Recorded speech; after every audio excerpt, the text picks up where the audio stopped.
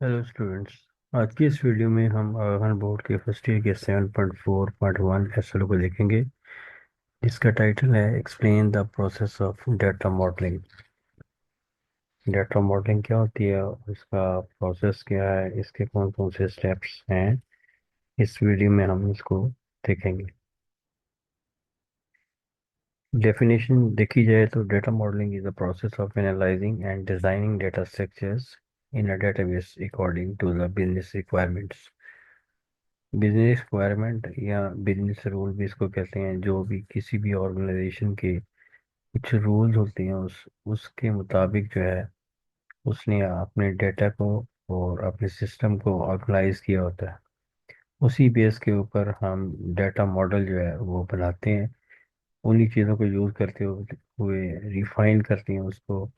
अगर वो मैन्युअली काम कर रहे हैं तो उसको मज़ीद हम इम्प्रूव करके हम पेश करते हैं, और उसके लिए फिर कुछ डिज़ाइन मॉडल्स जो हैं बनाए जाते हैं। तो जिनमें आगे जाके आपको पता चलेगा कि क्या क्या चीज़ें जो हैं इसमें शामिल हैं। It defines how data is connected, stored and accessed in a database systems. तो ये सारी चीज़ें इसमें होती हैं। कनेक्टेड से बना दिया है कि जब आप डाटा मॉडल बनाते हैं तो फिजिकली जिस तरह एक मैप होता है इसी तरह से आप डायग्राम्स वगैरह बना के बताते हैं कि ये फ्लो होगा, इस तरह से सिस्टम काम करेगा और इस तरह स्टोर होगा, उसके लिए ये डिवाइसेस यूज होंगी, इतनी उसकी कास्ट होगी, हर चीज़ इसमें शामिल होती है। तो सबसे पहला स्टेप जो होता है वो रिक्वायरमेंट गैदरिंग है। यानी जो स्टेक होल्डर्स होते हैं जो बिजनेस चला रहे होते हैं, उन उसमें जो भी लोग शामिल होते हैं उनमें मैनेजर्स भी हो सकते हैं, अकाउंटेंट्स भी हो सकते हैं, प्रोग्रामर्स भी हो सकते हैं, एम्प्लॉयज़ हो सकते हैं।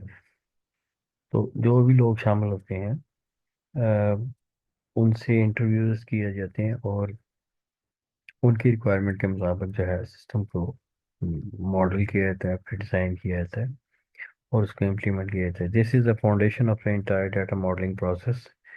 रिक्वायरमेंट गैदरिंग जो है बेसिकली आप समझ लें कि प्रॉब्लम आइडेंटिफिकेशन टाइप की चीज़ है। कि आपको जब ये पता नहीं चलता सही तरह से कि सिस्टम कैसे वर्किंग करनी है, उसके कैसा बनाना है, तो आप बनाएंगे फिर कैसे। The goal is to understand what kind of data is needed, what is why it is needed, and how, how it will be used. तो ये सारी चीज़ें इसमें शामिल होंगी। Business rules and processes are discussed to identify what entities and data the database should support. Example, in a hospital system, data about patients, doctors, appointments, and billing might be required. तो ये सारी चीज़ें जो है stake holders के साथ जो भी एम्प्लॉयज़ जिस मर्जी स्टेज पे बैठे हों उनसे डिस्कस करके रिपोर्ट, तो ये सारी चीज़ें आप मॉडल करते हैं। सेकंड स्टेप जो है हमारा वो है आइडेंटिफाइंग एंटिटीज एंड एट्रीब्यूट। जब हमें फिजिकली ये पता चल गया कि इससे आपके सिस्टम का ये फ्लो है और उसमें ये चीज़ें शामिल हैं, तो अब बारी आती है कि उसको एंटिटीज और एट्रीब्यूट्स हैं उसको हम आइडेंटिफाई कर सकें, उनको हम बता सकें कि ये इसमें ये एंटिटीज हैं और इसमें ये एट्रीब्यूट्स हैं। पिछली एक या दो वीडियोस जो हैं जो एसएल हैं वो भी इससे लिंक हैं, आप उनको भी देख सकते हैं। इसको आप इसकी अंडरस्टैंडिंग आपकी ज़्यादा अच्छी हो जाएगी अगर आप उसको भी वॉच करते हैं। After understanding the requirements the next step is to define the key objects. Entities are real-world things or concepts about which data is stored. Examples: student, teacher, product, order. और हर एंटिटी के फिर कुछ attributes होते हैं, properties होती हैं। जैसे each entity has attributes और field that describe its properties. For example student का है, स्टूडेंट की एंटिटी जो है उसके जो प्रॉपर्टीज या एट्रीब्यूट्स हो सकते हैं वो है student ID, name, date of birth वगैरह वगैरह। फ़ोन नंबर भी हो सकता है, एड्रेस भी हो सकता है। इसी तरह प्रोडक्ट है, product ID, name, price, category. ठीक है जी। तो ये सारी चीज़ें प्रोडक्ट की एंटिटी के एट्रीब्यूट्स या प्रॉपर्टीज हैं। Entities often become tables in a database and attributes become columns. ठीक है जी। तो ये चीज़ भी आपको पहले से ही पता है।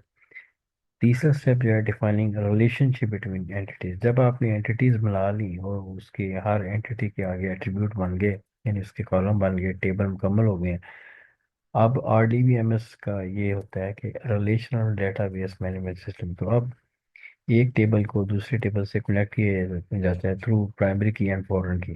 ठीक है। तो रिलेशनशिप कैसे होंगे वो देखा जाएगा, किस एंटिटी का किससे क्या रिलेशनशिप। मिसाल के तौर में मैं आपको मिसाल देता हूँ, अगर स्टूडेंट और कोर्सेज का टेबल है, दो टेबल्स हैं, तो एक स्टूडेंट जो है एक से ज़्यादा कोर्सेज को इनरोल हो सकता है उसमें। और इसी तरह से कोर्सेज के तरफ से देखा जाए तो एक कोर्स जो है एक से ज़्यादा स्टूडेंट जो है उसको ले सकते हैं। राइट। तो इसका मतलब है कि ये मैनी टू मैनी रिलेशनशिप है। तो जब मैनी टू मैनी रिलेशनशिप आता है तो मिडल मॉडरेट टेबल जो है इनसाइड टू टेबल्स वो फॉर्म किया जाता है। और उसमें फिर दोनों टेबल्स की जो प्राइमरी की होती हैं वो भी आप वहाँ पे आपको शामिल करनी पड़ती है। तो नॉर्मली जो है one to many relationship exist करती हैं, लेकिन मैनी टू मैनी रिलेशनशिप भी एग्जिस्ट करते हैं। इसी तरह से वन टू वन रिलेशनशिप भी हो सकते हैं।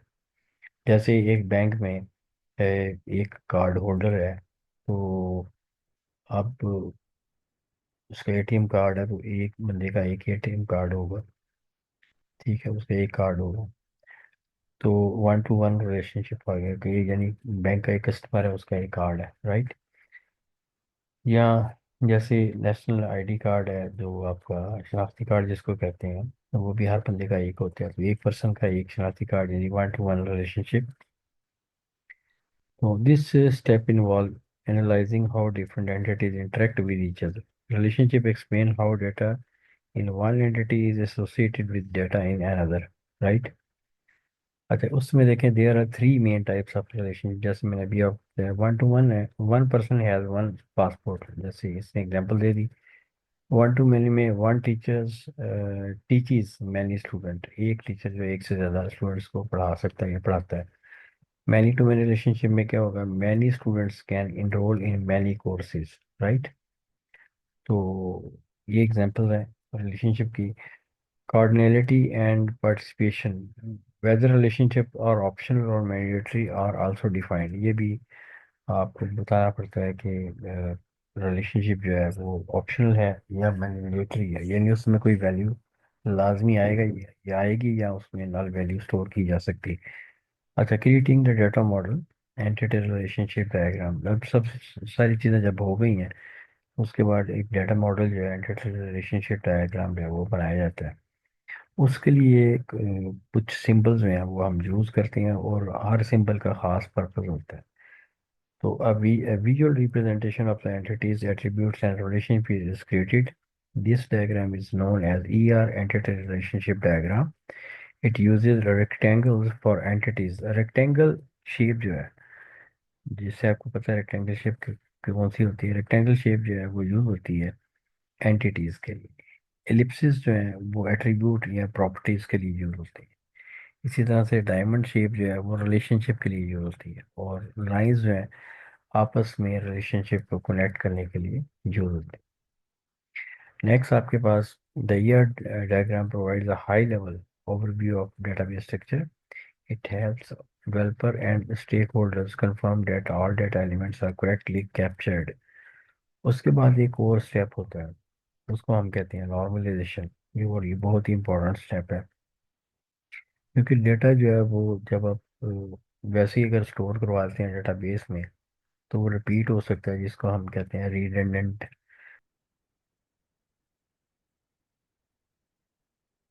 नॉर्मलाइजेशन जो है, normalization is the process of refining the data model to improve database efficiency. It eliminates duplicate data and ensures data consistency. Data is divided into multiple related tables using a rule called normal forms. First N F यानी first normal form इसको कहते हैं one N F, फिर second N F, फिर third N F, यानी second normal form, third normal form. First normal form ये कहती है कि eliminate repeating groups ensure atomic data.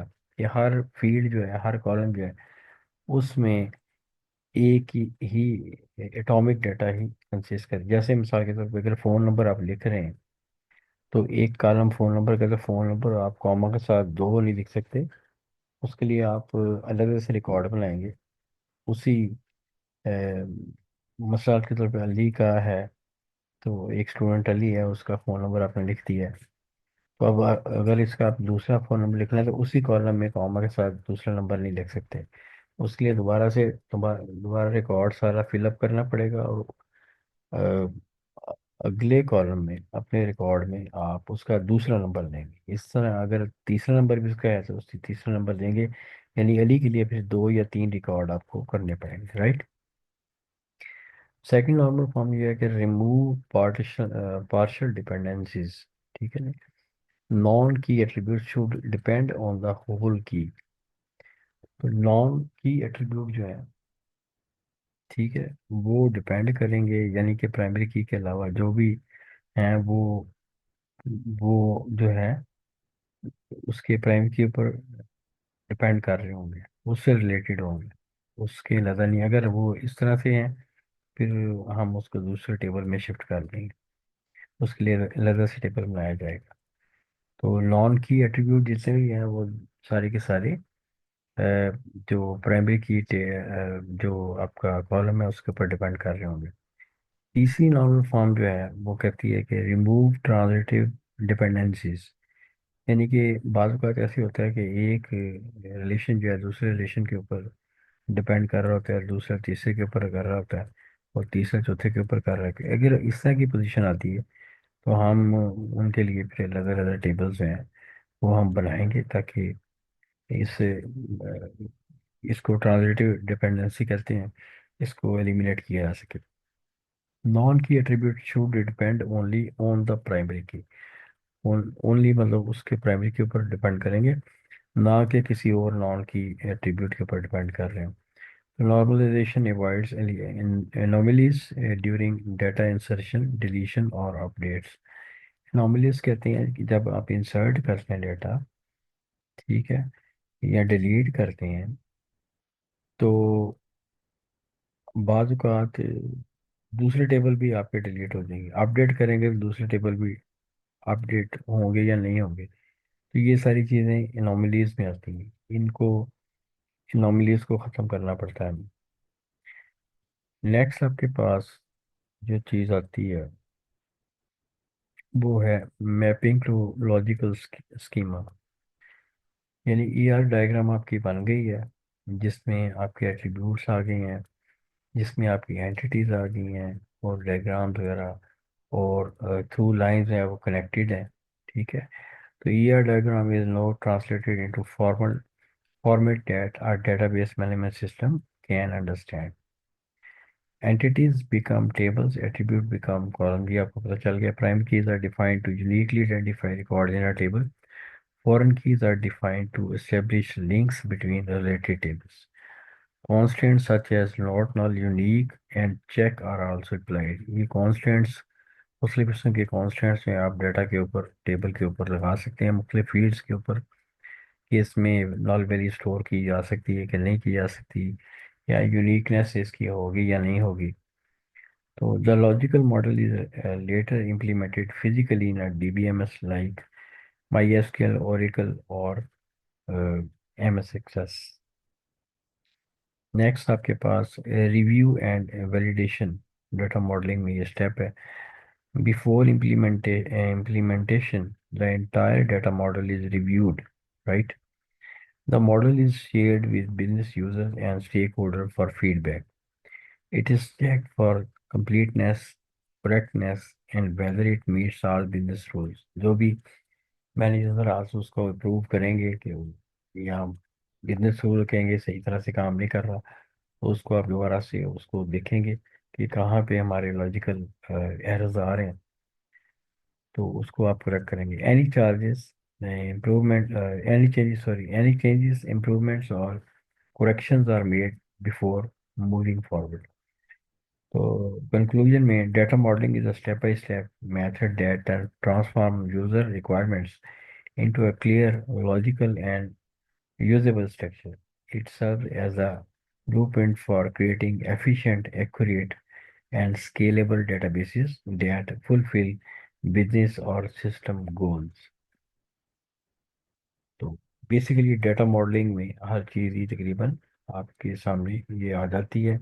ये मुख्तलिफ किस्म के स्टेप्स हैं जो डाटा मॉडलिंग में हम परफॉर्म करते हैं। मैं उम्मीद करता हूँ कि ये वीडियो आपके लिए काफ़ी ज़्यादा हेल्पफुल होगी। Thank you very much.